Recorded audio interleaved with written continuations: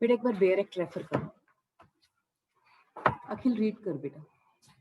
Section 13 clause 1 subclause 3 has been incurably of unsound mind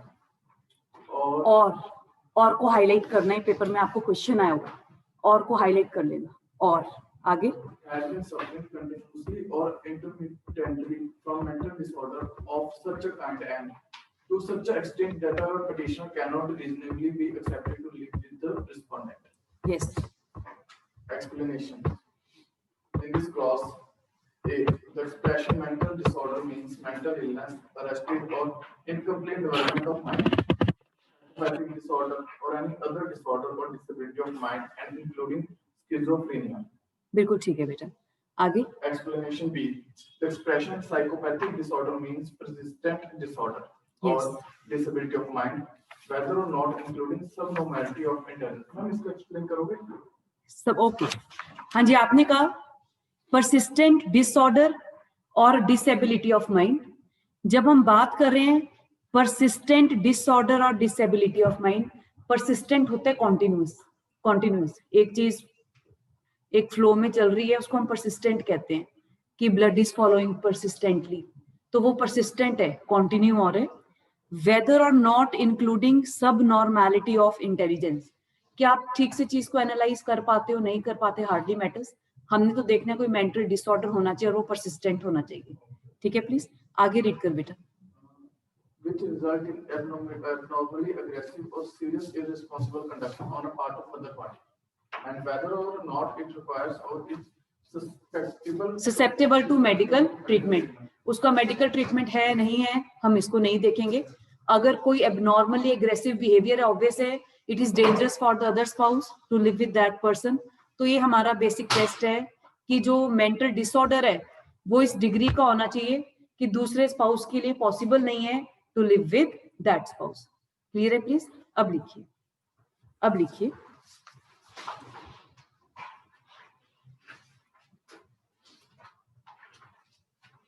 इसमें लिखिए the test of बिल्कुल ठीक बेटा, इसी में the test of. Ma'am heading बता दो, एक बार रिपीट कर दो। बेटा हम स्टार्ट कर रहे हैं scope of section 13 subsection 1 clause 3। हम सेक्शन का स्कोप लिख रहे हैं कि लीगल टेस्ट क्या है। इसमें लिखिए the test of unsoundness of mind, unsoundness of mind is such mental capacity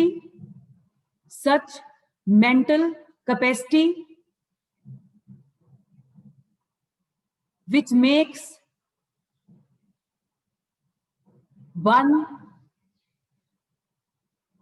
incapable of managing himself and his affairs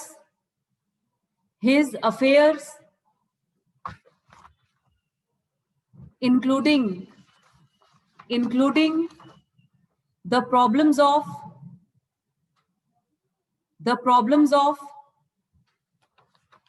married life, including the problems of married life,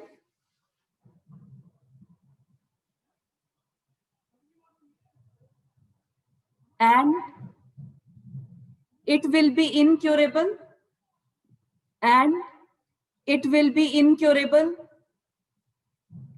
if there is no reasonable hope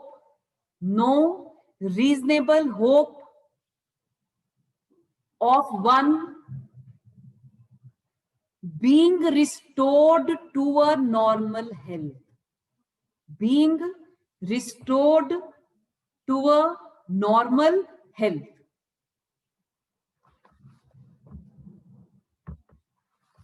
Akhil read कर बेटा जो भी आपने लिखा। Restored to a normal health. Akhil read कर बेटा। The test of unsoundness of mind is such mental capacity which makes one incapable of managing himself and his affairs, including the problem married life, and it will be incurable if there is no reasonable hope of one being restored to a normal health. इसकी heading डाल दीजिए, incurable unsoundness of mind. ये और से पहले वाला है, जो बेयर एक्ट में बीच में और में मार्क करवाया था, और से पहले वाला है, has been incurably of unsound mind. Second लिखिए mental disorder, mental disorder, mental disorder, इसमें लिखिए another test of insanity is that respondent is suffering from mental disorder। Mental disorder को आप डबल इन्वर्टेड कॉमास में डालोगे, मेंटल डिसऑर्डर कॉन्टिन्यूअसली और intermittently, continuously और intermittently, and mental disorder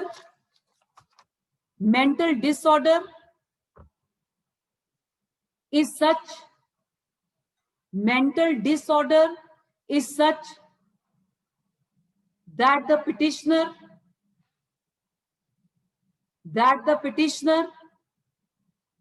is not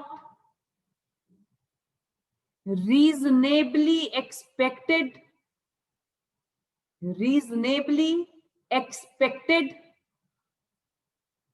to live with him। इस line को underline कर लेना बेटा। अभी हम जो केसेस रेफर करेंगे वहां पर सुप्रीम कोर्ट ने भी इसको टाइम एंड अगेन रेफर किया है। Petitioner is not reasonably expected to live with the respondent. Thus, there are two requirements.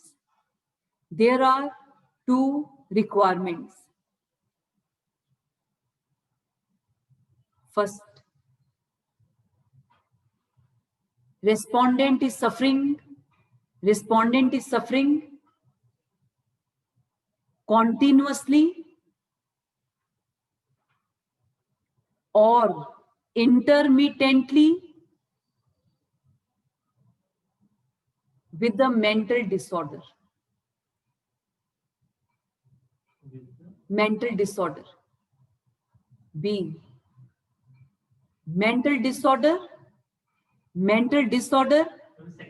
yes, second requirement है, mental disorder is of such quality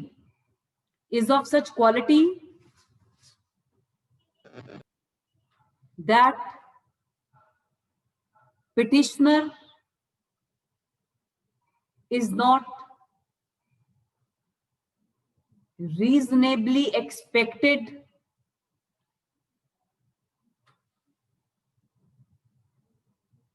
to live with the respondent।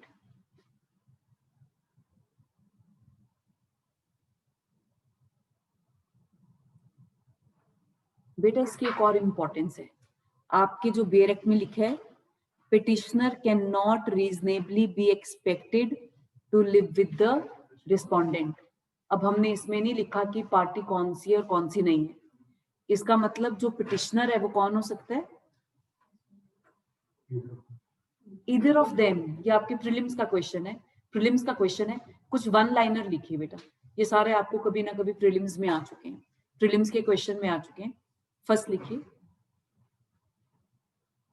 Mental disorder need not be continuous. Mental disorder need not be continuous, it may be intermittent,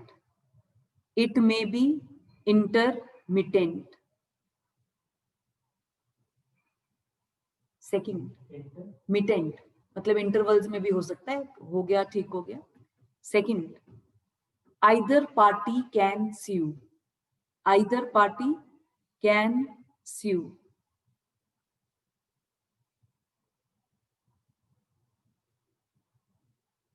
अब इसमें हम जो कहते हैं, अभी तक ये वाला जो क्वेश्चन है अभी किसी कोर्ट के सामने नहीं आया, तो जो दूसरा स्पाउस है वो तो स्यू कर सकता है, और जो अनसाउंड माइंड स्पाउस है इवन वो भी फाइल कर सकता है। इसकी एनोलॉजी हम कहाँ से डेवलप करते हैं?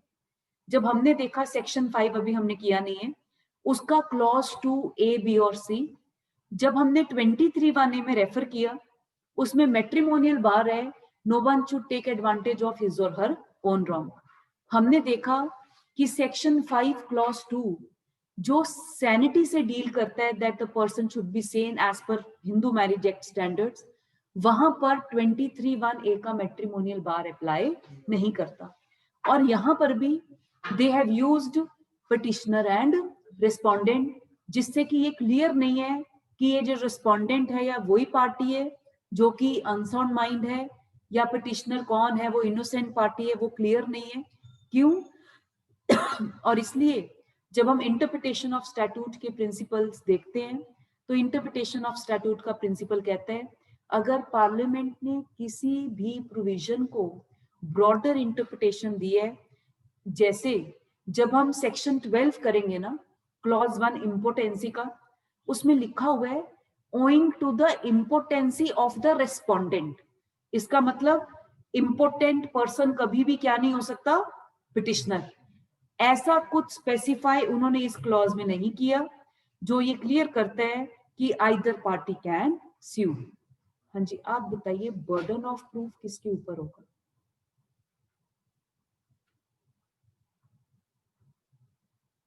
बेटा, बर्डन ऑफ प्रूफ किसके ऊपर होगा? ओके, जो पार्टी जिस फैक्ट को अलेज कर रही है, बर्डन ऑफ प्रूफ उसके ऊपर होगा, क्योंकि एविडेंस एक्ट का ये सबसे इंपॉर्टेंट टॉपिक है, बर्डन ऑफ प्रूफ। यहां पर एक सेंटेंस लिख लीजिए relating to burden of proof. The burden of proof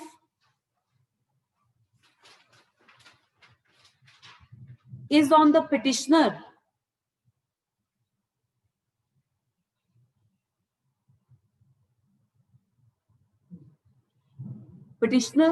who sues file किए जिसने case, on the basis of respondents insanity to establish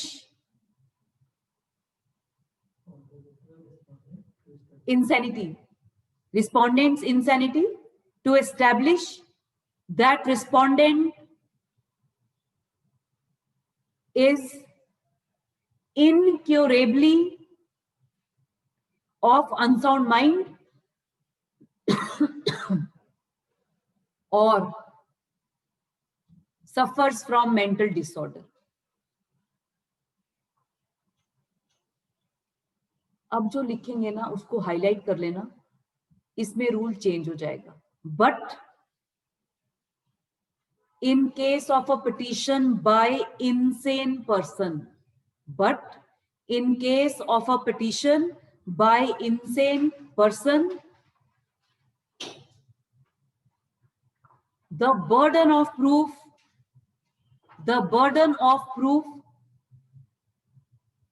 would be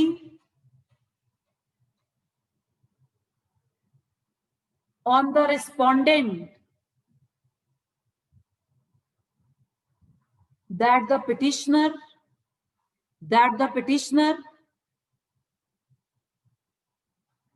is a person of sound mind, that the petitioner is a person of sound mind.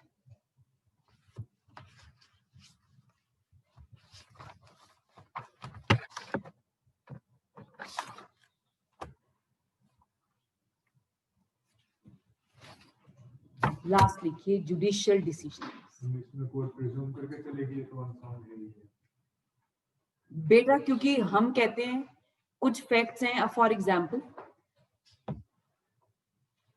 एक आपका चीज है, हमने कहा कि अगर कोई पार्टी कोई चीज एडमिट कर रही है, एविडेंस एक्ट में एडमिशन और कन्फेशंस रेलेवेंट फैक्ट है। अगर कोई पार्टी कन्फेस कर रही है, हमने उसे रेलेवेंसी के अंदर जगह दिया हुआ है।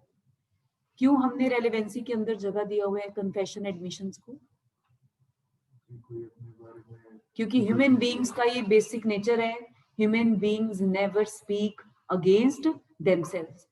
ये ह्यूमन बेसिक यूनिवर्सल प्रिंसिपल है, कोई भी आदमी अपने अगेंस्ट कोई भी बात नहीं कहता, और अगर वो कह रहा है तो कोर्ट प्रिज्यूम कर रहा है कि सच ही कह रहा होगा। और इसी प्रिजम्पशन की वजह से रेलेवेंसी के चैप्टर में हमने कन्फेशंस और एडमिशंस को, जो एक ही चैप्टर एडमिशंस में हमने उनको जगह दिया हुआ है। अब क्वेश्चन अराइज होता है, आप है, मैं हूं, या कोई हम में से है, क्या कोई हम में से खड़े होकर कहेगा कि मैं पागल हूं? ये जर्नल ह्यूमन टेंडेंसी है या नहीं है?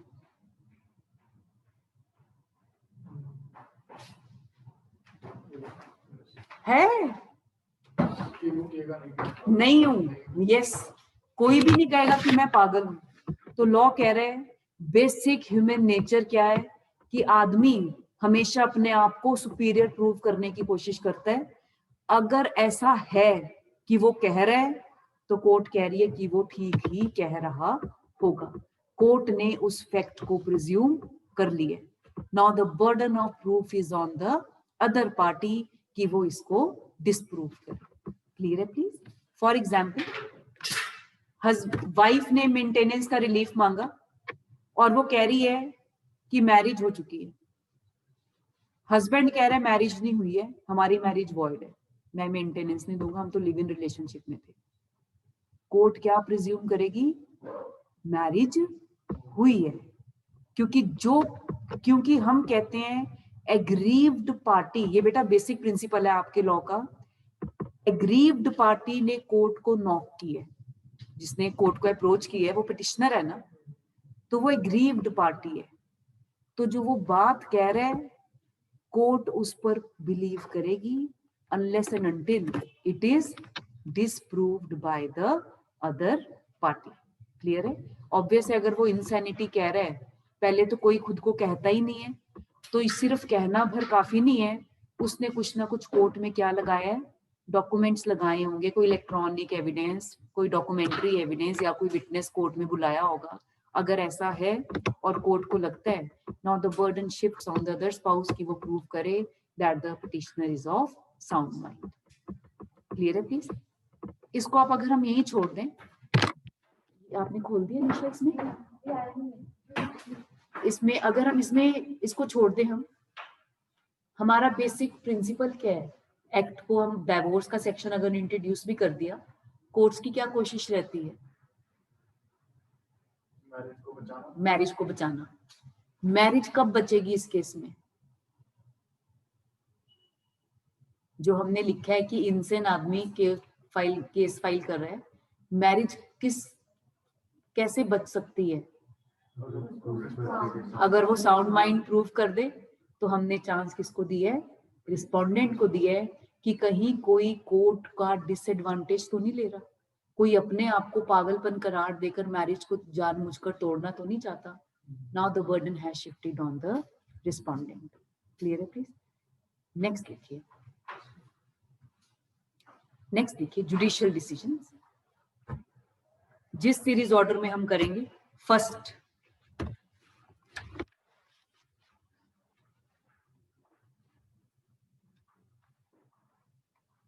लिखिए, राम नारायण गुप्ता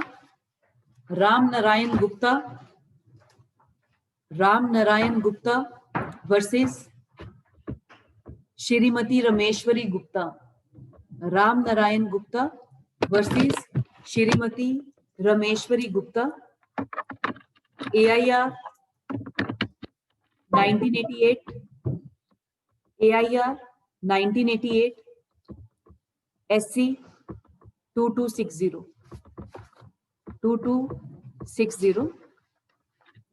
नेक्स्ट लिखिए, शारदा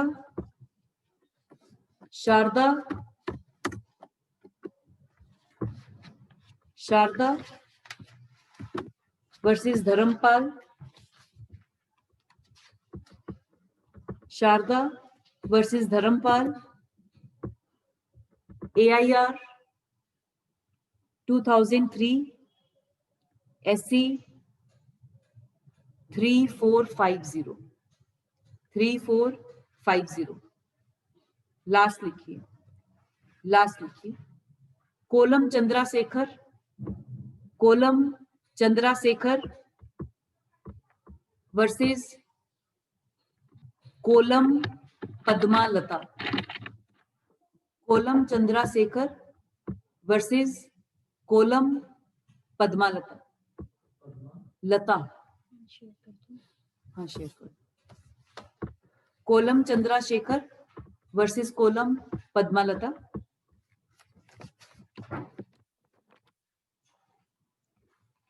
ये आपका 2013 का डिसीजन है बेटा, 2013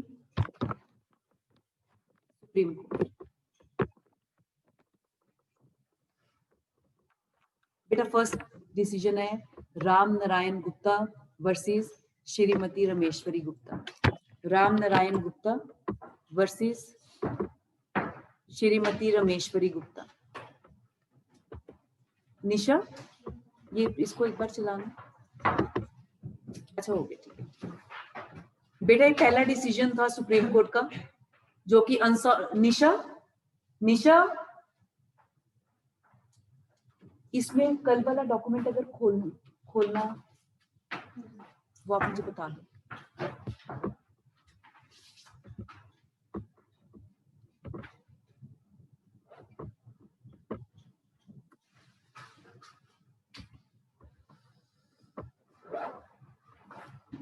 अनसाउंडनेस ऑफ माइंड था उसका।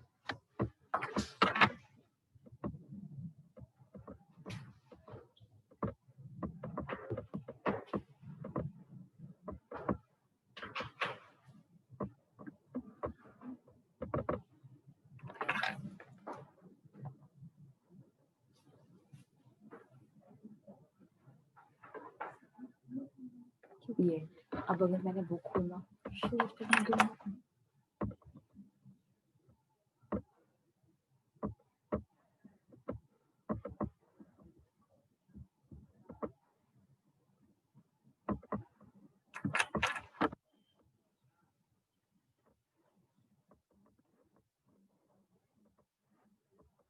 ये पीपीटी, ठीक है बस मैं खोल, ठीक है बेटा इसके लिए लिखिए, इसके लिए लिखिए the first case, the first yes इस केस के लिए आप हेडिंग डाल दीजिए Ram Narayan Gupta case. The first case relating to unsoundness of mind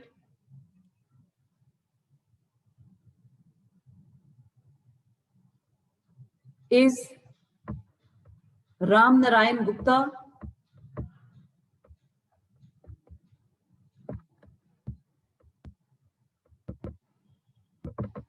versus Rameshwari Gupta।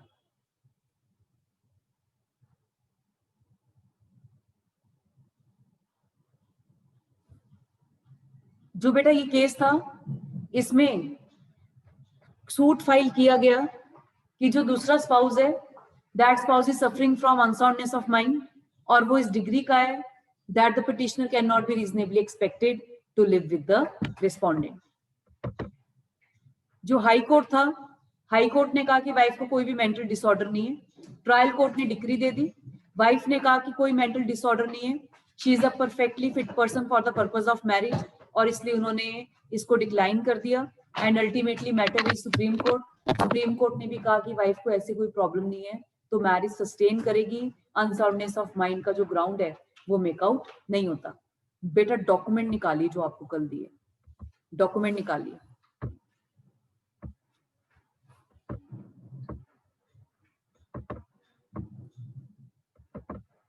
बेटा इसमें निकालिए जजमेंट राम नारायण गुप्ता की,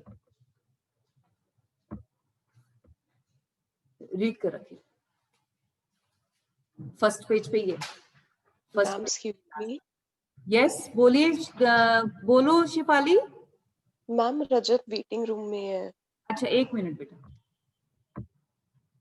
आप रीड करना की। Ram Narayan Gupta versus Shrimati Rameshwari Gupta. Yes. Section 13 clause 1 subclause 3 does not make the mere existence of a mental disorder of any degree sufficient to justify the dissolution of marriage The burden of proof of the existence of the requested degree of a mental disorder is on the spouse, basing the claim on the state of facts. The context in which the idea of unsoundness of mind and mental disorder occur in the section a ground for बेटा इसको underline करो. The context in which the idea of unsoundness of mind and mental disorder occur in the section 13 की बात कर रहे हैं. A ground for dissolution of marriage require the assessment of the degree of the mental disorder, and its degree must be such as the spouse seeking relief cannot be reasonably be expected to live with the other. इसको underline कीजिए. All mental abnormalities are not recognized as a ground for grant of that degree. अगर आपको कोई mental problem भी है, दे are not recognised कि जो दूसरी पार्टी है वो आपसे डाइवोर्स ले लेगी. बेटा जो 1.2 है वो इंपॉर्टेंट है, that is dealing with schizophrenia. Schizophrenia एक एक्सट्रीम मेंटल डिसऑर्डर है जो स्टेजेस में होता है. और अगर आप राम नारायण गुप्ता की जजमेंट को देखेंगे, they have discussed in detail various kinds of mental disorders, hallucinations, delusion, schizophrenia. तो वो कहते हैं कि ये सब चीजों का ना हम एब्स्ट्रैक्ट नोशंस नहीं है. क्यों? ये हमारे मेंटल ये वो है, कोई प्रॉब्लम है तो ये सब एब्स्ट्रैक्ट है. ये सब चीजें कभी ना कभी किसी ह्यूमन बीइंग को प्रॉब्लम फेस करता है फॉर वन रीजन और द अदर. कई लोगों को बचपन में कुछ ऐसा उनके साथ हैपनिंग हो जाता है, वो एक पर्टिकुलर डिल्यूजन या हेलुसिनेशन एंटरटेन कर लेते हैं, या किसी की मदर के साथ कुछ ऐसा गलत हो जाता है, बच्चा ये एंटरटेन कर लेता है कि जो फादर है वो हमेशा गलत होते हैं, वो इस डिल्यूजन के साथ ही बड़ा हुआ है, तो वो उसके माइंड का पार्ट बन चुके हैं. आज मूवी आई थी जोकर, आपने देखी थी? देखी थी? यस यस, बिल्कुल ठीक है. अगर आप उसको देखें तो मूवी का जो दैट इज पर्टेनिंग टू जो दिखाया हुआ है आदमी, उसका बिहेवियर थोड़ा अजीब सा दिखाया हुआ है. उसके पास पैसे नहीं है, वो कंसल्ट करता है साइकोलॉजिस्ट को जब कंसल्ट करता है तो उसके साइकोलॉजिस्ट ने भी कहीं जाना होता है, वो कहती किसी और को रेफर करो, अब मैं जा रही हूँ ये सिटी को छोड़कर. तो वो पूरा ट्रॉमेटिक रहता है कि मैं कहाँ से मेडिसिन लूं, कहाँ से लूं. एंड में क्या होता है?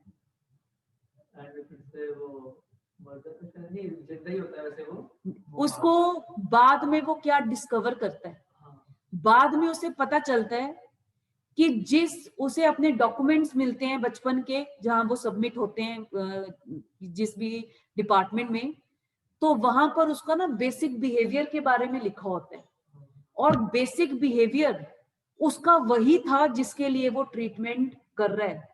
उसकी मदर ने उससे सारी चीजें कंसील की हुई थी, और जब उसने वो पढ़ा, वो इतना ज्यादा इस चीज से ट्रॉमेटाइज्ड हुआ कि जो मेरा बेसिक बिहेवियर है वो तो कभी मोल्ड हो ही नहीं सकता, आप जितना मर्जी ट्रीटमेंट ले लो. तो बेसिक बिहेवियर कभी कोई ह्यूमन बीइंग अपना चेंज नहीं कर सकता, जिसके लिए वो इतने सालों से he is undergoing medical treatment. लोग उसे पागल कह रहे हैं, वो पागल नहीं है, उसका वो बेसिक बिहेवियर है. और उस चीज से वो इतना ज्यादा हर्ट होता है कि वो उन लोगों को मारना शुरू कर देता है जिन्होंने उसके साथ लाइफ की किसी भी स्टेजेस पर, इवन उसकी मदर को जिन्होंने गलत किए. तो वो क्या शो करता है कि आप किसी का भी basic behaviour you can not change, even चाहे मेडिकल ट्रीटमेंट ले लो. अब for example, what is intelligent question? क्या होता है आईक्यू? आईक्यू सुना तो होगा ही, आईक्यू तो बेसिक चीज है. शिफाली, व्हाट इज आईक्यू बेटा? आईक्यू कि मैम किसी का इंटेलिजेंस लेवल क्या है, कि मैम एक ह्यूमन बीइंग का एक स्पेसिफिक एक लेवल होता है कि वो अपने ब्रेन को कितना यूज कर सकते हैं. इंटेलिजेंट क्वोशिएंट होता है मैम आईक्यू की फुल फॉर्म. वैसे अब जब हम इंटेलिजेंट क्वेश्चन की बात करते हैं, ऐसा नहीं कि इसमें स्केलिंग होती है, पर्टिकुलर नंबर से ज्यादा ओवर एंड अबव इंटेलिजेंट, इतने में ठीक है, उससे कम, फिर इतने में एवरेज, फिर मिडिल, फिर लो. ऐसा नहीं कि लो वाला पागल है. तो ये जो क्यों कराते हैं लोग टेस्ट, कि ये देखने के लिए कि हमें किस प्रोफेशन को ऑप्ट करना चाहिए. ऐसा नहीं किससे कोई समझदार या कोई पागल डिक्लेयर हो जाएगा.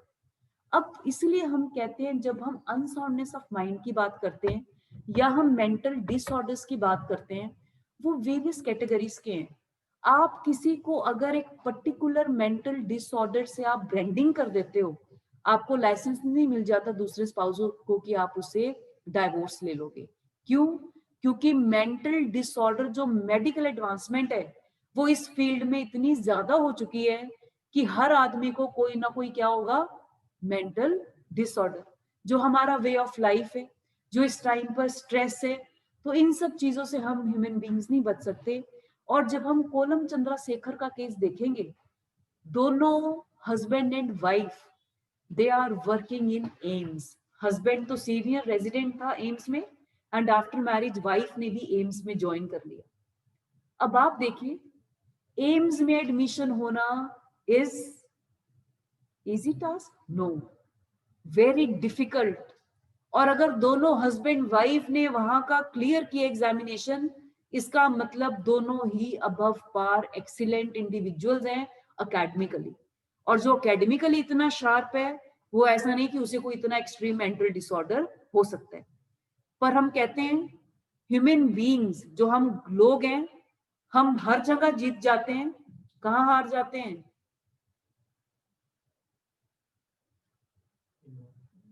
नो, अपने ही घर में अ मैन गेट डिफीटेड। चाहे वो प्राइम मिनिस्टर है, चाहे वो प्रेसिडेंट है, चाहे वो घर में फादर चाहे जज हो, बट फादर वो जज अपने लड़के से डिफीट हो जाता है। आपको पता है केस फाइल हुआ था सेक्टर 11 में, जज रहते थे, अब वो रिटायर्ड हो चुके थे। लड़के ने उनको घर से बाहर निकाल दिया, जज को, रिटायर्ड जज को, and he filed case in the High court.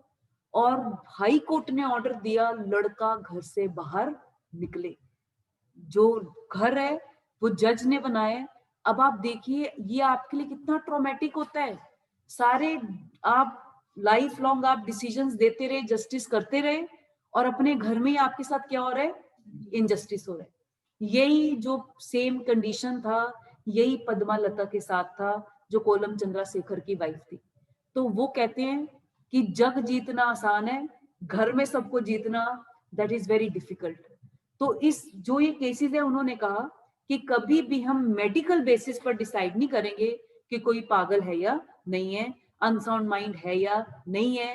हमने अपना इंडिपेंडेंट पैरामीटर लिखा हुआ है, और वो क्या है, petitioner can not be expected to live with the respondent. अगर कोई सिजोफ्रेनिक भी है, ऐसा नहीं कि उसके साथ रहा नहीं जा सकता, पर वो अब आपको प्रूफ करना पड़ेगा। आपका लीगल टेस्ट ऑफ इनसैनिटी के अकॉर्डिंग मेडिकल टेस्ट फेल हो जाएंगे। तीनों ही केसेस में रिलीफ नहीं मिला बेटा, जितने भी हम तीनों केसेस करेंगे किसी में भी रिलीफ नहीं मिला। तीनों केसेस में कोर्ट ने कहा कि ग्राउंड एस्टेब्लिश नहीं हो पाता, तो आपको रिलीफ नहीं मिलेगा। बेटा 1.2 रीड कर। Schizophrenia is said to be difficult mental affliction. It is insidious in its onset and has hereditary predisposing factor. Each case of schizophrenia has to be considered on its own merit. Mere branding of a person as schizophrenia will not Sufficient, suffice, yes. आगे। For purpose of section 13 clause 1 subclause 3, schizophrenia is what schizophrenia does. Not all schizophrenics are characterized by the same intensity of disease। वो इसलिए बेटा क्योंकि schizophrenia तो जिसको first stage है वो भी सिजोफ्रेनिया है, जो फोर्थ स्टेज का पेशेंट है वो भी सिजोफ्रेनिया है। इनिशियल स्टेजेस बिल्कुल हार्मलेस होती है, बिल्कुल हार्मलेस होती है। और ये भी पॉसिबिलिटी होती है, लोग डॉक्टर्स कहते हैं इसको चेंज ऑफ एनवायरनमेंट चाहिए। अगर आपके क्या पता एनवायरनमेंट चेंज से ही आपका वो सारा प्रॉब्लम ठीक हो जाए। अब जैसे कोलम चंद्रशेखर में हमने देखा कि प्रॉब्लम जो ट्रिगर हुई थी, that is not because of wife, that is because of some incidents in the husband's family. तो फिर उसे सजेस्ट किया गया कि आप कुछ टाइम के लिए अपने पेरेंट्स के घर चले जाओ, चेंज ऑफ एनवायरनमेंट होगा तो आपके लिए क्या पता आप जल्दी इसमें ठीक हो जाओगे। तो सिजोफ्रेनिया सिर्फ अगर डिजीज है, हम इससे कंक्लूड नहीं कर सकते कि हर आदमी जिसको सिजोफ्रेनिया है उसके साथ दूसरा स्पाउस नहीं रह सकता, because mere branding a spouse at schizophrenia is not sufficient to invoke this ground of divorce. Clear है प्लीज? और इसमें ट्रायल कोर्ट ने कह दिया था ठीक है, दे दिया, हाई कोर्ट ने रिफ्यूज कर दिया, and Supreme Court has upheld the judgment of the High Court. आगे रीड कर बेटा। schizophrenia was मैम यस, बोलिए शेफाली। मैम मैम इसका मतलब ये जो आपने लीगल टेस्ट लिखवाए हैं तो ये साइमल्टेनियसली दोनों लीगल टेस्ट पूरे होने चाहिए। बेटा दोनों क्या, इसमें बीच में और है, आपको हमने बीच में और जरूर लिख दिया है, पर जो हम देखेंगे तीनों जजमेंट्स में जो टेस्ट फॉलो होता है बेसिकली वो ये है, क्योंकि अब देखिए अनसाउंडनेस ऑफ माइंड या मेंटल डिसऑर्डर ये क्लियर कट कहीं पर भी डिफाइंड नहीं है, इन टर्म्स को हम डिफाइन नहीं कर सकते। और जब हमने कहा लीगल टेस्ट एक ही है कि जो मेंटल डिसऑर्डर है it should be of such a degree that petitioner cannot be reasonably expected to live with the respondent। अब वो मेडिकल साइंस उसे कुछ भी कहे कि वो डिल्यूजन है, कि वो पार्शियल डिल्यूजन है, चाहे उसे एलुसिनेशंस हैं, कुछ भी हैं, या इरिजिस्टिबल इंपल्स है, सारे ये मेंटल डिसऑर्डर है, उससे हमें फर्क नहीं पड़ता। हमने तो देखना है हमारा लीगल टेस्ट फुलफिल होगा या नहीं होगा। ठीक है प्लीज। Okay ma'am. क्योंकि बेटा अगर हम कह रहे हैं इनक्योरेबल अनसाउंडनेस ऑफ माइंड, अब यहां पर फिर से एक्सपर्ट ओपिनियन मैटर करेगा, ऑब्वियस है। कोर्ट डॉक्टर्स को बुलाएगी, वो जो हॉस्पिटल में जो भी एम्प्लॉयड है वो उनको बुलाएगी, जो आपने लिखा है सर्टिफाई किया उसकी क्या है। Even expert opinion is not binding on the court. और वो क्यों नहीं है? Because they are third person. कौन इसके लिए बेस्ट ओपिनियन है? जो उस सिचुएशन में जिसने उस पर्सन कंसर्न को देखा है। तो वो लोग कौन है? स्पाउस है, खुद है, विटनेसेस हैं। तो कोर्ट के ऊपर कभी भी एक्सपर्ट ओपिनियन बाइंडिंग नहीं है। तो मेडिकल एक्सपर्ट्स कुछ भी कहें, कोर्ट को असिस्ट कर सकते हैं, but their opinion is not binding on the court. अब इसमें भी जब हमने इनक्योरेबल की बात की, इनक्योरेबल में हमने ये नहीं कहीं पर भी लिखा कि साइंस उसे प्रूफ दे रही है, मेडिकल साइंस सर्टिफाई कर रही है कि इसका इलाज पॉसिबल नहीं है। हमने कहीं पर भी ये नहीं लिखा। वो क्यों? क्योंकि मेडिकल इंसैनिटी कुछ भी कहे, हमने तो अपना जो लीगल इंसैनिटी का टेस्ट है वही फुलफिल करना है। और वो क्या है? That petitioner can not be expected to live with the respondent. ठीक है प्लीज, क्लियर है please? Yes, schizophrenia is for the purpose of section 13(1)(3), schizophrenia is what schizophrenia does. For example, एक आपने स्टोरी पढ़ी होगी, वो बच्चा शोर मचाता है विलेज में आकर, शेर आ गया, शेर आ गया, झूठ बोलता है, आया नहीं होता। विलेज वाले क्या करते हैं?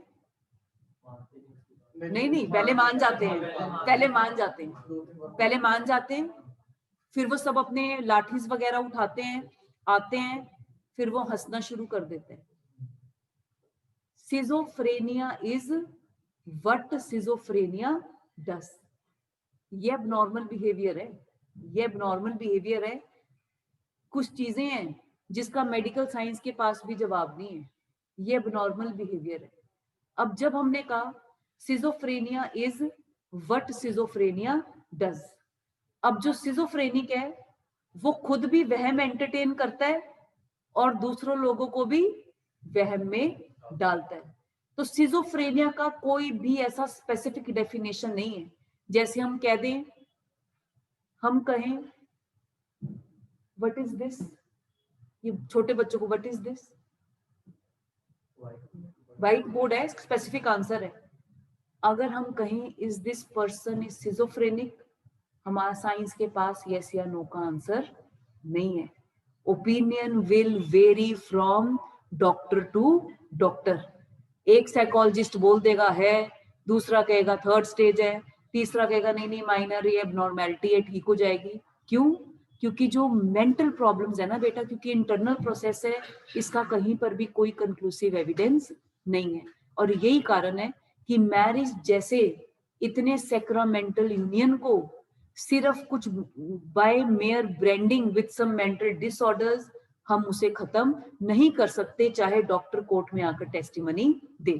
उसके लिए हम मेडिकल इंसैनिटी को नहीं, लीगल इंसैनिटी के टेस्ट को मानते हैं। और लीगल इंसैनिटी या क्या है? Incurable unsoundness of mind. और इनक्योरेबिलिटी का जो टेस्ट है वो क्या है? कि कोई होप नहीं है कि वो फ्यूचर में रिकवर कर सके। और अनसाउंडनेस ऑफ माइंड क्या है? that person cannot manage his own affairs as well as the problems of the married life.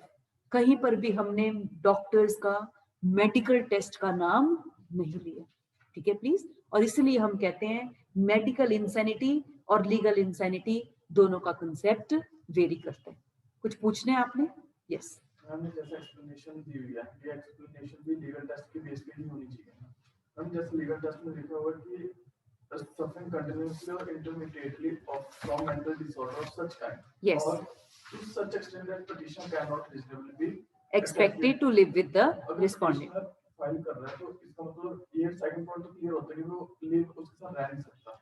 बेटा अब इसमें देखिए, जिसने भी पिटिशन फाइल की है, मेंटल डिसऑर्डर इस डिग्री का है, चाहे जो इंसान आदमी है, बीमारी की वजह से उसी के लिए प्रॉब्लम है, he can not be reasonably expected कि वो दूसरे स्पाउस के साथ रह सके। या फिर हेल्दी स्पाउस अगर फाइल कर रहा है, मेंटल डिसऑर्डर इस डिग्री का है कि उसके साथ ऐसे स्पाउस के साथ रहना मुमकिन नहीं है। बिकॉज बेटा कई बार ऐसे मेंटल डिसऑर्डर्स होते हैं, हम सोचते हैं कि जो दूसरा स्पाउस है ना वो सफरर है, rather it is vice versa.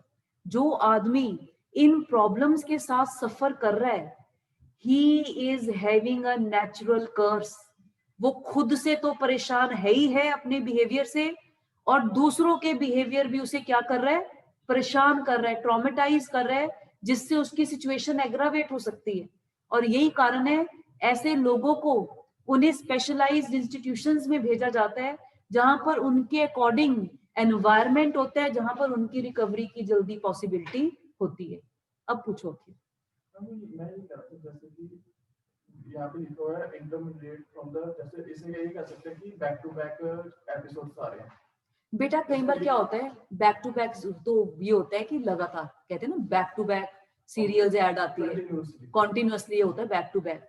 Intermittently में क्या होता है, जब हम सेक्शन 5 करेंगे ना, तो एक होता है कि कॉन्टिन्यूअस हो रहा है, एक कंसेप्ट होता है ल्यूसिड इंटरवल। आपके कॉन्ट्रैक्ट एक्ट में भी एक कंसेप्ट है।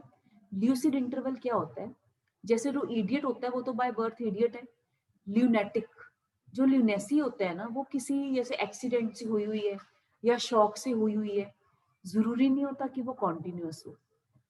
और जब हमने बात की है, अगर वो ल्यूसिड इंटरवल में है, जब when a person is of sound mind, तब कॉन्ट्रैक्ट वैलिड होता है। आपको पता ही है, कॉन्ट्रैक्ट इज वैलिड। तो बहुत सारे ऐसे मेंटल डिसऑर्डर्स होते हैं which are not for a continuous period.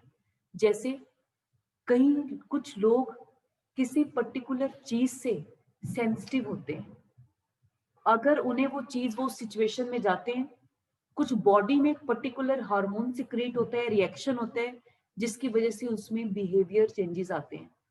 अब वैसे इसमें वो नहीं होता, जैसे स्प्लिट पर्सनैलिटी है, वो आपने मूवी देखा होगा हाउसफुल 4, जो बाला होता है, वो डबल पर्सनैलिटी है। कुछ एक पर्टिकुलर चीज से उसके माइंड में कुछ ऐसा रिएक्शन होता है कि वो दूसरी पर्सनैलिटी में आ जाता है, था ना ये? ऐसी जब हम बात करते हैं, अब स्प्लिट पर्सनैलिटी एक मेंटल डिसऑर्डर है, मेंटल डिसऑर्डर है। साइंस का इसके पास कोई एक इलाज नहीं है। अब एक आदमी मैनिपुलेट भी कर सकता है, आपको पता ही है, अ पर्सन कुड मैनिपुलेट। यहाँ मैं ठीक ठाक बात कर रही हूँ, नीचे जाके मैंने चीखना चिल्लाना शुरू कर दिया कि मैं तो अखिल हूँ, मुझ में स्प्लिट पर्सनैलिटी। क्यों? Human being is a genius. हम सोच सकते हैं हमारे एक्ट का क्या रिएक्शन होगा, तो हम कुछ कॉन्सिक्वेंसेस को मैनिपुलेट करने के लिए हम, अब आपको पता है जेल में जितने भी जिनको कन्विक्शन होती है, हाई प्रोफाइल जो होते हैं लोग, उन्हें जाते ही पहले तो कोई हार्ट अटैक पड़ जाता है। क्यों पड़ते हैं हार्ट अटैक? हॉस्पिटलाइज होने के लिए एसी रूम्स होंगे, वहां रहते हैं। आधों को तो मेंटल डिसऑर्डर हो जाता है। क्यों हो जाता है मेंटल डिसऑर्डर? हॉस्पिटल नहीं, फिर तो क्विटल ही हो जाएगा। प्रमोद महाजन जो लीडर थे बीजेपी के, उनको मर्डर हो गया था, पता ही होगा आपको।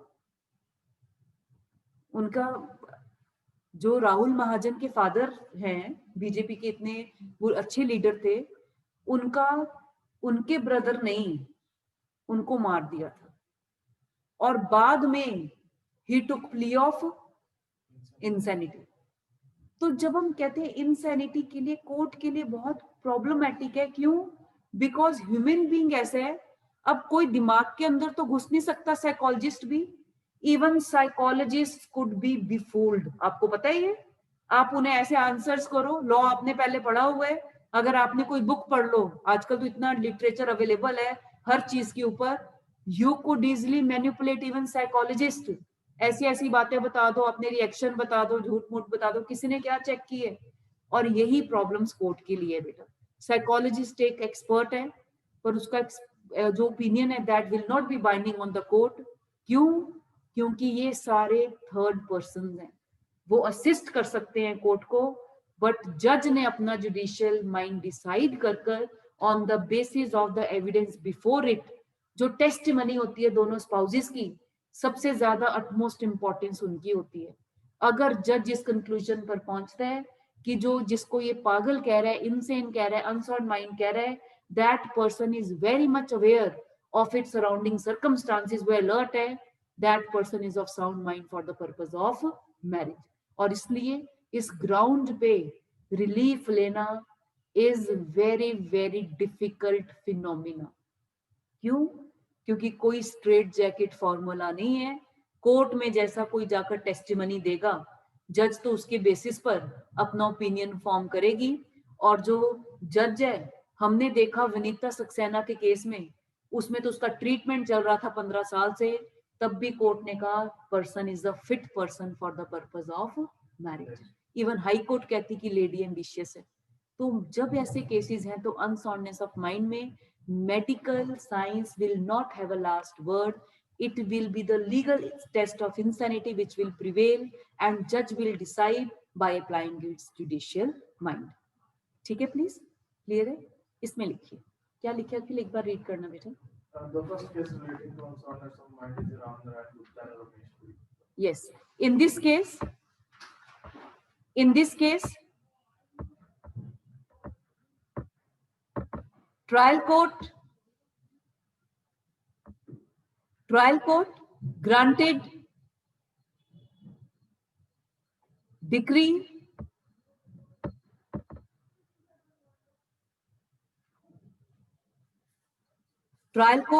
granted decree on the ground that respondent is unfit, respondent was unfit for married life, and petitioner could not reasonably be expected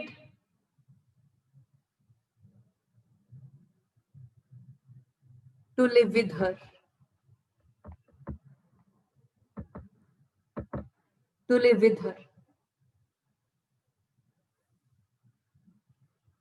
The High Court agreed with the trial court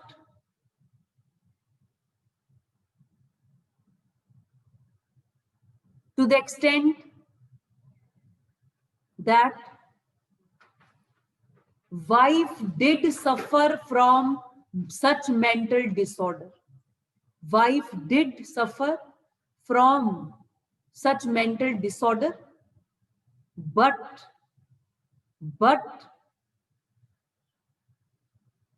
husband had failed to establish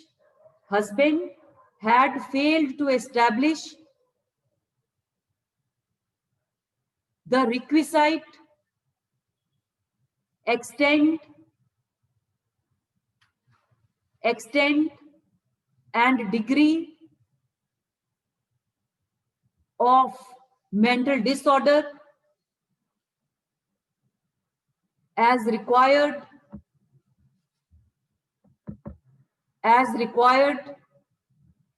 under section 13 subsection 1 bracket में Roman 3 of Hindu marriage act 1955।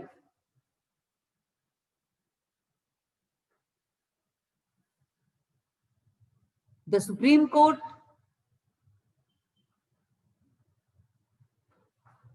also upheld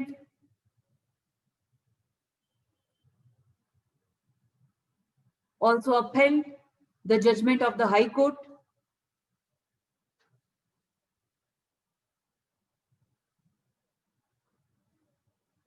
and held that mere branding of a person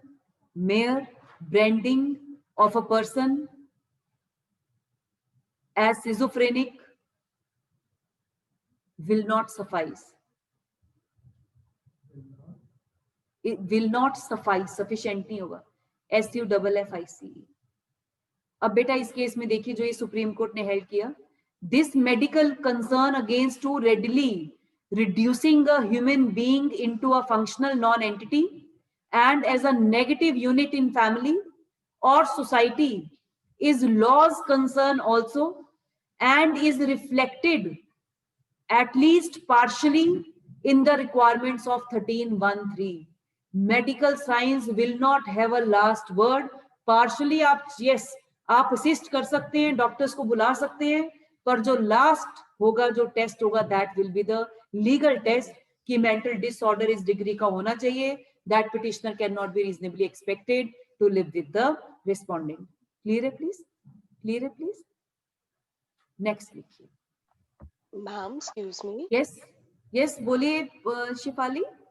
ma'am जैसे Supreme Court की verdict आ जाती है कि ma'am इन्होंने unsoundness of mind का ये लिया, ग्राउंड लिया, उसके बाद मैम सुप्रीम कोर्ट ने रिलीफ देने से मना कर दिया, तो मैम क्या दोबारा से ऐसी कोई पिटिशन फाइल हो सकती है कि जैसे अनसाउंडनेस ऑफ माइंड की वजह से ही सामने वाले स्पाउस के लिए क्रुएलिटी है उसके साथ रहना, कि मैम बाद में ये ग्राउंड ले सकते हैं, उस पे order to rule to apply होगा कि नहीं होगा?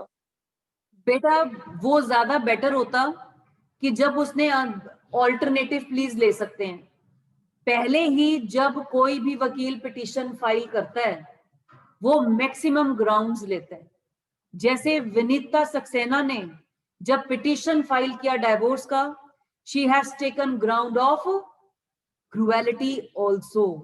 तो जब आपने फर्स्ट टाइम पिटीशन फाइल की है आप उसी टाइम पर ग्राउंड ले सकते हैं. यस पर अगर आपने, बिकॉज मल्टीप्लिसिटी ऑफ लिटिगेशन को खत्म करता है, पर अगर आपने ये नहीं लिया और उसके बाद आपके लिए प्रॉब्लमेटिक है और स्पाउस को लगता है कि नहीं हम मुझे डाइवोर्स चाहिए, लॉ की रेमेडी अभी भी वो अवेल कर सकता है.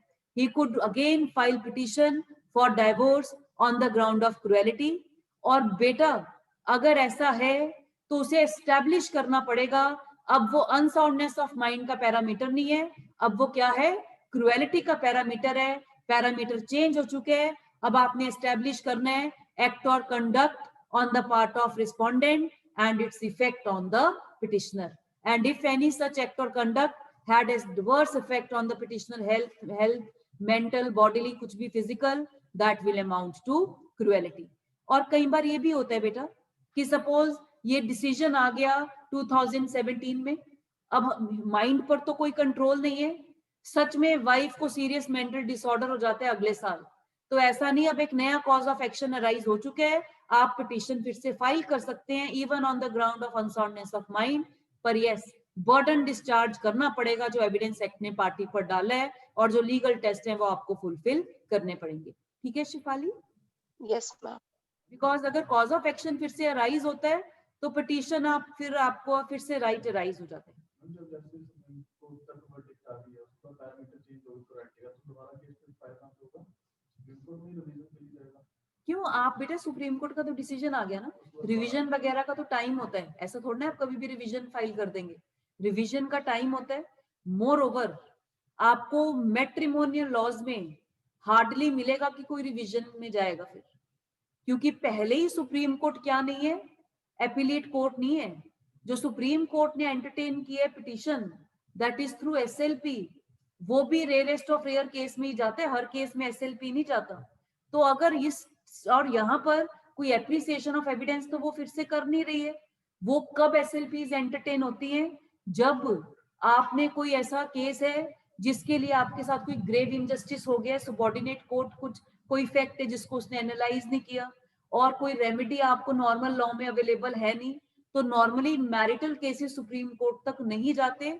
जो ये मैटर गए हैं, कोई ना कोई ग्रेव कंसर्न होता है जो सुप्रीम कोर्ट उसको एंटर करता है, उसके बाद रिवीजन है तो वो तो फिर टाइमली फाइल होना चाहिए। कोई भी अपील, रिवीजन, रिव्यू कुछ भी है तो आपको टाइमली फाइल करना होता है with in the time prescribe by the law. तो अगर आपने फाइल नहीं किया, अब फॉर एग्जाम्पल वो तो इस डिसीजन की रिवीजन होगी ना बेटा जो आपने दी है।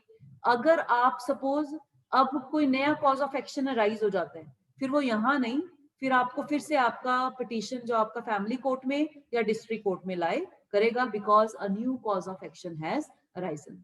ठीक है प्लीज। हाँ जी, कुछ पूछते हैं आपने? यस। अगर एक्सट्रीम डिप्रेशन है और इनक्योरेबल है तो मैम वो सिजोफ्रेनिया में जाएगा या बेटा सिजोफ्रेनिया और डिप्रेशन का आपस में ऐसा कोई डायरेक्ट लिंक नहीं है। जब हम डिप्रेशन कहते हैं ना, डिप्रेशन खुद डिफाइंड नहीं है कि क्या डिप्रेशन होता है। जैसे अब हम सब साइकोलॉजिस्ट भी हैं, जो हम सब हैं, चाहे हमने लॉ पढ़ा है। Every human being could analyse certain things. जैसे अगर बच्चे के बिहेवियर में चेंज हो रहा है, साइकोलॉजिस्ट की जरूरत नहीं है, पेरेंट्स कुड एनालाइज। अब फॉर एग्जाम्पल लॉकडाउन हुआ, लॉकडाउन से ना बच्चों के बिहेवियर में चेंजेस आने स्टार्ट हो गए, अलग टेंडेंसीज पेरेंट्स को विजिबल थी, क्योंकि अब जब हम डिस्कस करते हैं पेरेंट्स, तो सब पेरेंट्स को सेम प्रॉब्लम वो फेस कर रहे हैं। पर हम साइकोलॉजिस्ट तो है नहीं, पर हम रिकॉग्नाइज कर सकते हैं कि यस प्रॉब्लम है। अब मेरा खुद का बेटा ही फील्स अलूफ कि स्कूल नहीं है, मुझे बड़ा लोनली फील हो रहा है। अब कोई मैं साइकोलॉजिस्ट थोड़ी ना हूँ, पर मुझे पता है कि टीन एज है, आपको कंपनी, हम उसे वो कंपनी नहीं दे सकते जो उसका फ्रेंड सर्कल दे सकता है। तो जो आप प्रॉब्लम कह रहे हैं ना, डिप्रेशन एंड ऑल, ये रियलिटी में प्रॉब्लम्स नहीं थे। हमारी सोसाइटी का ये फिनोमेना नहीं है डिप्रेशन साइकोलॉजिस्ट, ये तो वेस्टर्न जो कंसेप्ट्स हैं, वेस्टर्न जो हमने ऑप्ट की है, उनकी देन है। हमारी हिंदू लॉ में कभी भी ऐसी आपको प्रॉब्लम हिंदू सोसाइटी में नहीं देखने को मिलती थी। वो क्यों? इसके रीजंस थे। पहला, जॉइंट फैमिली होती थी, तो आपको बाहर पीयर ग्रुप की जरूरत ही नहीं पड़ती थी, क्योंकि घर में ही किड्स भी तब अनलिमिटेड किड्स, लोगों के अगर देखेंगे आपके दादा दादी के 9-9 10-10 भाई हुआ करते थे, तो घर में ही वो 10-15 बच्चे हो जाते थे। तो बच्चे अपना जब बैठते हैं, दे डिस्कस देयर माइंड, जो भी उनके थॉट्स आते थे वो बाहर निकल जाते थे, तो वो नॉर्मल चलता रहता था। इवन एडल्ट्स के लिए भी सेम था। बिकॉज अब आजकल स्ट्रेस क्यों ज्यादा है? बिकॉज फैमिली का बर्डन इंडिविजुअल के ऊपर आ गया। अब लॉकडाउन में अगर कोई बिजनेस नहीं चल रहा, तो बर्डन इंडिविजुअल के ऊपर है कि फैमिली को कैसे सस्टेन करे। But if you are in a joint family, that burden get shared, तो वो डिप्रेशन जैसी प्रॉब्लम नहीं आती। डिप्रेशन वो स्टेज है जो कि अराइज होती है जब माइंड ब्लॉक हो जाता है। आपका इंटरनल जो आपका माइंड है, आप उसे क्लोज कर देते हैं। आपको पता है साइकोलॉजिस्ट आईज क्लोज करवाते हैं, क्योंकि काउंसलिंग हमने देखी हुई है, जब वो आईज क्लोज करवाते हैं, the first question they ask कि आपको क्या दिखाई दे रहा है। हर इंडिविजुअल को आंसर वेरी करेगा। क्यों?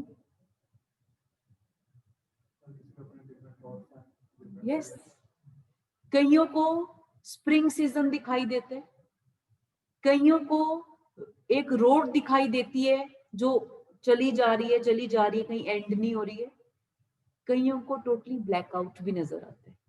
ये सब डिफरेंट स्टेजेस ऑफ माइंड है जो शो कर रहे हैं। तो बेटा जो आप डिप्रेशन कह रहे हैं ना, डिप्रेशन वो स्टेज होता है जब आपका जो इंटरनल थॉट है आप एक्सटर्नली शेयर नहीं कर रहे हैं। yes, हाँ, और आपका जो थॉट्स हैं वो आप में इम्बाइब होते जा रहे हैं इस एक्सटेंट तक कि आप अब ठीक और गलत में आपको रैशनलाइज नहीं कर पा रहे। आप डिप्रेशन में हैं, आप खुद को, इवन डिप्रेस जो लोग होते हैं टू द, उनमें सुसाइडल टेंडेंसीज आनी स्टार्ट हो जाती है। अब वो आपको ऐसा फील होना स्टार्ट हो जाता है डिप्रेशन में आदमी को कि दुनिया में तो अब कोई है ही नहीं, जी के क्या करना है।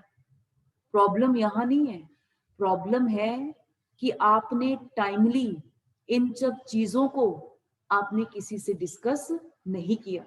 साइकोलॉजिस्ट नहीं कि इलाज कोई साइकोलॉजिस्ट कर देगा, साइकोलॉजिस्ट कोई मेडिसिन नहीं देता। सिर्फ आपको कुकर की विसल बजती है ना और बाहर क्या निकल जाती है, प्रेशर जो होता है तो वो बर्स्ट नहीं होता, तो वो सिर्फ आपके माइंड को बर्स्ट होने से रोक देता है कि जो विसल से जो एक्स्ट्रा प्रेशर है वो आपको वेंट आउट मिल जाता है। तो जब आप ये सब हम प्रॉब्लम्स जो पढ़ रहे हैं, in reality they are not problems, ये कॉन्सिक्वेंसेस हैं जो वे ऑफ लाइफ जो हमने ऑप्ट की है इस टाइम पर। तो जो अब ये है, तो अब हम कहते हैं कि अब वो वे ऑफ लाइफ तो चेंज हो नहीं सकता। अब साइकोलॉजिस्ट आपको पता है मैंडेटरी हो चुके हैं, स्कूल्स में, ऑफिसेज में साइकोलॉजिस्ट का स्कोप बहुत वाइड हो चुका है, जो ये साइकोलॉजिस्ट वगैरह पढ़ते हैं। वो क्यों? क्योंकि अब लोगों को साइकोलॉजिस्ट को कंसल्ट करना पड़ेगा। जो जॉब फैमिली किया करती थी अब वो साइकोलॉजिस्ट कर रहे हैं। तो जो आप डिप्रेशन वगैरह कह रहे हो, actually these are not problems, ये मेंटल फिनोमिनाज होते हैं जिनसे हर आदमी सफर करता है। किड, टीनेजर, मैरिड आदमी। अब एक लड़का है, वकील है, जो उसकी शादी होनी है, उसके माइंड में सबसे बड़ा स्ट्रेस आता है, यार वकालत तो अभी शुरू नहीं की, शादी कैसे करूं। मतलब ये सब जो स्ट्रेस होता है, तो स्ट्रेस आप किस एक्सटेंट तक ले पाते हैं, टॉलरेट कर पाते हैं, या आपकी विल पावर पे भी डिपेंड करता है बेटा, कितना आप मेंटली स्ट्रांग है। तो जितना आप मेंटली वीक होंगे, ये सारे मेंटल डिसऑर्डर्स उनको ट्रिगर करते हैं। अगर आप मेंटली स्ट्रांग है, आदमी सारी उम्र वेला बैठ के निकाल देता है और वो हट्टा खट्टा भी रहता है, बिकॉज में उसके पास विल पावर ही नहीं है काम करने की, उसको कोई फर्क नहीं पड़ रहा। तो जो ये सारी मेंटल स्ट्रेंथ है जो काउंट करती है, फिजिकल स्ट्रेंथ से ज्यादा मेंटल स्ट्रेंथ आपको सपोर्ट करती है। फिजिकल स्ट्रेंथ आप गेन कर सकते हैं, प्रोटीन सप्लीमेंट ले लिया, मेंटल स्ट्रेंथ का कोई भी आपको सप्लीमेंट नहीं मिलेगा। ये आपका इंटरनल प्रोसेस है। आप कैसे खुद को मोटिवेट करते हैं, कैसे आप खुद को स्ट्रांग बनाते हैं, कैसे आप अपना स्ट्रेंथ इम्बाइब करते हैं मेंटली, तो वो आपको, ये आपका खुद एफर्ट होता है, कोई आपको थर्ड पर्सन हेल्प नहीं करेगा। क्लियर है? तो जो हम पढ़ रहे हैं मेंटल डिसऑर्डर्स, तो ये जजेस यही तो कह रहे हैं, ये क्या मेंटल डिसऑर्डर्स है। हम कह रहे हैं इसको भी डिप्रेशन है, इसको भी डिप्रेशन है, इसको भी डिप्रेशन है, पर डिप्रेशन है क्या चीज? कुछ सिम्टम्स ही है ना। तो सिम्टम्स हैं, कुछ 2 दिन के बाद आदमी ठीक भी हो जाता है, कोई 6 महीने लेके ठीक हो जाता है। क्योंकि ये सब जो ये डिप्रेशन वगैरह है, रियलिटी में मूड स्विंग्स होते हैं, और ये बॉडी के इंटरनल चेंजेस की वजह से होते हैं। हमारा एक बार व्हाट्सएप पे मैसेज शेयर हुआ था किसी साइंस के इंस्टीट्यूट से, उसमें दिखाया हुआ था किस ह्यूमन रिएक्शन से कौन सा हार्मोन सिक्रीट होता है और वो हमारी बॉडी पर क्या अफेक्ट करता है। क्राइंग, स्माइलिंग, शाउटिंग, जब हम किसी फ्रेंड से चैट कर रहे हैं हमें अच्छा फील हो रहा है बिकॉज बॉडी वैसा रिस्पॉन्ड कर रही है। तो जो ये सारे रिएक्शंस होते हैं वो पर्टिकुलर किसी चीज की वजह से हैं। तो ये सारी चीजें बड़े, बिकॉज जो माइंड है वो खुद बड़ा, अगर हम, आपने बचपन में सबने एनसीईआरटी बुक्स में पढ़ा होगा, माइंड को ना 3-4 पोर्शंस में डिवाइड किया होता है, सेरेब्रम, सेरेटेक्स, कॉर्टेक्स, जो भी कुछ होता है उसमें। तो हर पार्ट का डिफरेंट फंक्शन होता है। हर आदमी अपने हर पार्ट को इफेक्टिवली यूज नहीं करता, आपको पता है ये जो आईक्यू वगैरह ऐसे नहीं होता। आदमी जो अपना मेंटली आप कितना एक्टिव हैं, जिनकी मेंटल इंद्रियां जो एक्टिव होती हैं उतने वो ज्यादा इंटेलिजेंट होते हैं। तो अपने माइंड को आपको जगाना पड़ता है। तो आप मेंटल एक्सरसाइजेस क्या करते हैं उसके लिए, ये सब चीजें बहुत इंपॉर्टेंट होती हैं। तो वो हम कहते हैं जो आजकल का है ये प्रॉब्लम्स, सिर्फ इसलिए कि दूसरे स्पाउस को प्रॉब्लम है, फॉर एनी रीजन, ये कोई डाइवोर्स का लाइसेंस नहीं देगा जब तक हमारा लीगल टेस्ट परमिट नहीं करेगा। ठीक है प्लीज? यस, मैं पापा आया 46 में जाना पड़ेगा। अच्छा कोई प्रॉब्लम नहीं है। हाँ जी, नेक्स्ट देखिए। इन 2003, बेटा नेक्स्ट पैराग्राफ, हम नेक्स्ट जजमेंट करें। इन 2003 a landmark judgment was pronounced by Supreme Court in Sharda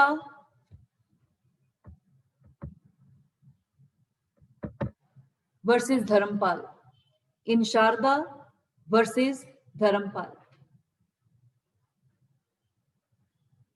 And in this case,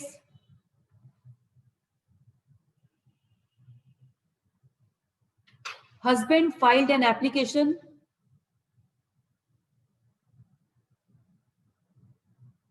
for divorce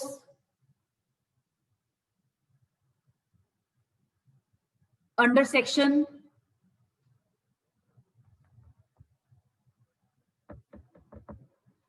12(1)(b) and 13(1)(3) of Hindu Marriage Act 1955.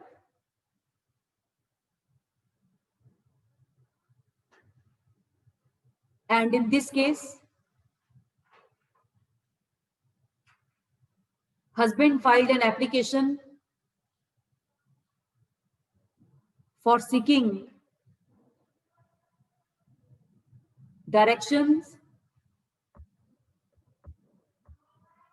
for medical examination of the wife.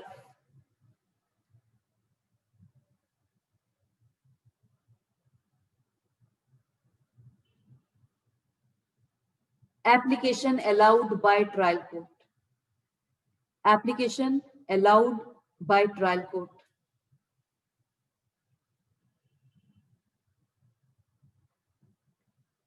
Wife filed revision before High Court. Wife filed revision before High Court. And the same was dismissed. And the same was dismissed. Ultimately,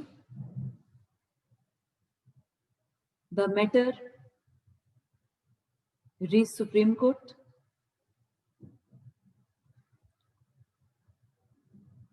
And in this case, the Supreme Court extensively referred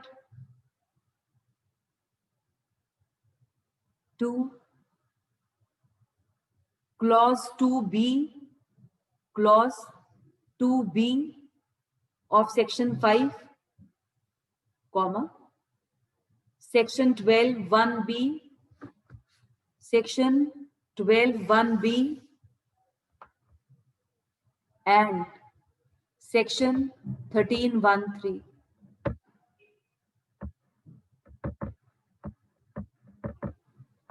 ma'am एक बार section repeat कर दीजिए।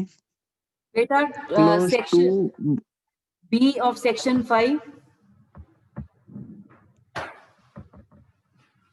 2B of section 5, 12(1)(b and 13(1)(3 Hindu marriage act के obvious सारे provision है। बेटा document निकाल लीजिए, document निकाल लीजिए।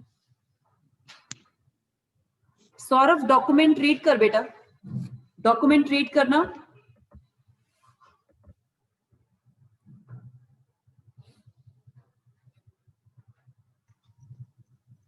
Clause 2B of Section 5 provides for one of the conditions for a valid Hindu marriage that neither party must be suffering from unsoundness of mind, mental disorder, or insanity. In terms of Section 12(1)(b) of the Act, a marriage may be held to be avoidable if the other party was suffering from mental disorder or insanity. Section 13(1)(3) of the Act provides that a party to the marriage may present a petition for dissolution of a marriage by the decree of divorce inter alia on the grounds that the other party has been incurably of unsound mind and has been suffering from continuous and intermittently from mental disorder of such a kind इसको ना that change, एक minute Saurabh, change करो, judgement में गलत लिखा हुआ है। Clause 2B नहीं लिखेंगे, इसमें क्लॉज रोमन में 2 लिखेंगे, रोमन में 2 लिखेंगे। क्लॉज 2 दो डंडे लगाओ बस, क्लॉज 2 ऑफ सेक्शन 5 या फिर 5 लिख के ब्रैकेट में रोमन 2 लिख लो, एक ही बात है। समझ आ गया? 2B नहीं लिखेंगे बिकॉज इसमें unsoundness of mental disorder insanity वो ABC में है, तो क्लॉज 2 के ABC है, 2B कुछ भी नहीं है इस यहाँ सेक्शन 5 में। रोमन में 2 आएगा, 1 I लिख के। हाँ आगे रीड कर बेटा, आगे रीड कर।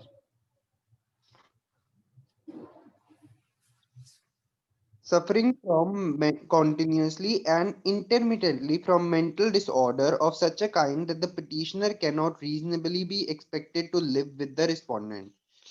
It is beyond any cavil that a marriage in contravention of aforementioned provisions of Hindu Marriage Act is per not void but merely voidable. yes. बेटा जो आपका नेक्स्ट पैराग्राफ है उसके ऊपर लिख लीजिए legal insanity and medical insanity, because आपको cases refer करने पड़ते हैं तो वहां पर आपने इसको रेफर करना है. ये जो आपका पैराग्राफ है that is dealing with medical insanity and legal insanity. Read करना बेटा. It is right law that for the purpose of grant of a decree of divorce, what is necessary is that the petitioner must establish that unsoundness of mind of the respondent is incurable, or his or her mental disorder is of such a kind and to such an extent that he cannot reasonably expected to live with his or her spouse. Medical testimony for arriving at such finding, although may not be imperative, but undoubtedly would be of considerable assistance to the court. We may, however, hasten to Hasten to add add that such medical testimony testimony being the evidence of expert would not leave the court from the obligation of satisfying itself on the point in issue beyond reasonable doubt. Relevance of a medical evidence therefore cannot be disputed. तो हम ये नहीं कहते कि medical science की कोई importance नहीं है, but that has to be seen in light of section 45 of Indian Evidence Act, because वो मेडिकल एक्सपर्ट हैं तो वो कोर्ट को असिस्ट कर सकते हैं, but their opinion is not binding on the court. तो ये वाला पैराग्राफ आप अपने आंसर में अगर आपको आते with the help of case laws, आप इस पैराग्राफ को वहां पर कोट कर सकते हैं. पहले आपको एक्सप्लेन करना पड़ेगा कंसेप्चुअली और फिर आपको जजमेंट्स को रेफर करना पड़ेगा. सिर्फ ये वाला पैराग्राफ आएगा. आगे रीड कर बेटा. A sound mind, indisputably, is a key to a happy married life. A party to the marriage must, thus, have normal and sound mind so as to live a happy marital life. A disorder of thought, behavior, and mind leading to unsoundness of mind may give rise to a cause of action for filing an application under Section 13(1)(3) of the Hindu Marriage Act. The burden of proof of existence of requisite degree of mental disorder is on the spouse making the claim on that state of fact. The decision rendered by the various courts of this country, including this court, leads to a conclusion that a decree of divorce in terms of 13(1)(3) of the Act can be granted in the event of unsoundness of mind is to be held to be not curable. A party may behave strangely or oddly, inappropriate and progressive in deterioration on the level of work may lead to a conclusion that he or she suffers from an illness of slow growing developing over years. The disease, however, must be of such a kind that the other spouse cannot A party may behave strangely or oddly, inappropriate and progressive in deterioration in the level of work may lead to a conclusion that he or she suffers from an illness of slow growing developing over years. The disease, however, must be of such a kind that the other spouse cannot reasonably be expected to live with him or her. A few strong instances indicating a short temper and somewhat erratic behavior on the part of the spouse may not amount to his or her suffering continuously or intermittently from mental disorder. क्योंकि अभी हम कोलम चंद्रशेखर के case में देखेंगे कि wife और husband दोनों को ही मेंटल प्रॉब्लम हुई थी. उनके लिए उनका कुछ भी रिस्पॉन्सिबल नहीं था. वो क्यों हुई थी? क्योंकि हस्बैंड के ब्रदर की डेथ हो गई थी. तो जो ब्रदर के इन लॉस थे वो इनकी लाइफ में प्रॉब्लम क्रिएट कर रहे थे और उसकी वजह से दोनों की लाइफ में प्रॉब्लम्स आनी स्टार्ट हो गई. दोनों इस एक्सटेंड तक मेंटली, क्योंकि वो थ्रेटन करते थे इनको, मेंटली डिस्टर्ब हो गए कि दोनों ने ही अपनी एम्स की जॉब का रेजिग्नेशन दे दिया, जो मेंटल कंडीशन थी उस टाइम पर. फिर उसके बाद हस्बैंड ने कोई FRCM कोई इंस्टीट्यूट है वहां पर अप्लाई किया, वाइफ ने कहीं और, उसका एंट्रेंस टेस्ट था. फिर चलो प्रॉब्लम दोनों को ही है. हस्बैंड तो अपना पढ़ने के लिए लाइब्रेरी चला जाता था, वाइफ का PG एग्जामिनेशन है, बच्चे के साथ उसको रहना पड़ता था, तो वो अपने पीजी पर फोकस नहीं कर पा रही थी, दो शी इज इक्वली कैपेबल, उसमें उतना ही कैलिबर है। उसके बाद हस्बैंड कह रहे हैं कि मैं तो यूपी जा रहा हूँ, मेरी तो जॉब लग गई है। वाइफ ने कहा कि प्लीज आप यूपी मत जाइए, बच्चे के साथ मुझे मैनेज करना मुश्किल है, मुझे भी अपना पीजी का एग्जाम देना है। देखिए, एक टाइम के बाद जिस चीज को आप अपना लाइफ एंड ब्लड देते हैं, अगर आप उसको अपना टाइम नहीं दे पाते, it is a cause of anger and frustration. कि wife equally calibre, equally skilled, पर क्योंकि बच्चा, सोसाइटी कहते हैं कि वाइफ ने रखना है, तो वो बच्चे को वाइफ के साथ छोड़कर वो अपना यूपी चला गया और कहकर गया कि तू अपने पेरेंट्स के घर चली जा, अगर बच्चे को संभालने का कुछ नहीं है तो वहीं पर जाकर तेरा कुछ हो सकता है। फिर वो अपने पेरेंट्स के घर चली गई, वहां पर जाकर उसने नर्सिंग होम्स को ज्वाइन किया, स्टार्ट किया अपना काम करना। फिर हस्बैंड आ गया, तू नर्सिंग होम छोड़, तू हमें यूपी में चल हमारे साथ, वहीं जाकर अपना प्रोफेशन भी एक्सरसाइज कर लेना। वहां पर वो गई। अब वहां पर जाकर प्रोफेशन तो क्या, जो हस्बैंड था वो डॉक्टर से मिलने नहीं देता था, जो जिससे उसका ट्रीटमेंट चल रहा था। मेडिकल प्रिस्क्रिप्शंस को छुपा देना, मेडिसिन टाइम पर नहीं ले पाती थी, जिसकी वजह से उसकी मेंटल हेल्थ डिटीरियोरेट हो गई। अल्टीमेटली सुप्रीम कोर्ट ने कोलम चंद्रशेखर के में भी कहा कि वाइफ का जो उसका प्रोफेशनल, जो उसका रिज्यूमे, जो रिकॉर्ड है, उसमें कोई भी डाउट नहीं है दैट उसको कोई ऐसा मेंटल डिसऑर्डर नहीं है। मेंटल डिसऑर्डर आपकी फैमिली ने ट्रिगर किया उसके माइंड पर, जो कि ब्रदर की डेथ के बाद उसके इन लॉज ने उसके हस्बैंड के पेरेंट्स के लिए, बिकॉज हस्बैंड वहां चला गया वाइफ को दिल्ली में छोड़कर, अपने जहां उसका ब्रदर था, ब्रदर की डेथ हो गई थी, पेरेंट्स वहीं रहते थे, तो जो जिस ब्रदर की डेथ हुई उसके इन लॉज ने उसके पेरेंट्स को और इसके हस्बैंड को थ्रेट करना स्टार्ट कर दिया।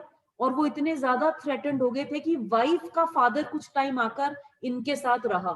तो आप देखिए, आपकी फैमिली की वजह से अगर कोई फीमेल सफर कर रही है, कोर्ट कहता है आपको उसको सपोर्ट करना चाहिए, आपको उससे छुटकारा पाने के लिए पिटीशन नहीं फाइल करनी चाहिए।